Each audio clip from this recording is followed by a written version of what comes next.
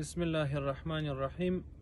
محترم ورونو، نن د قرآن کریم دوه سورته داسې چې هغه په طبي لحاظ باندې انسان ته ډیره فایدمند دي. هغه دوه سورتونه، یو سورت قدر او دویم سورت قریش، لیلاف قریش.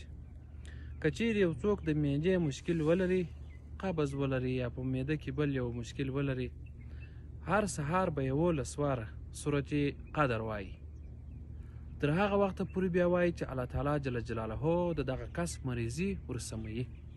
او دویم، کوم وخت چې دغه کس ترخان ته رانږدې کېږي، ډوډۍ خوري، په دغه وخت کې به سورت قریش وایي، لإلاف قریش إیلافهم رحلة الشتاء والصيف. دا سورت تر پایه پورې انشاءالله ډیر ژر به د الله تعالی جل جلاله په فضل عظیم سره د دغه کس دغه مریضي جوړه سي. د ثواب په خاطر باندې دا ویډیو شیر کړئ چې تر نورو ملګرو پورې، تر نورو مسلمانانو پورې ورسیږي. ډیره مننه.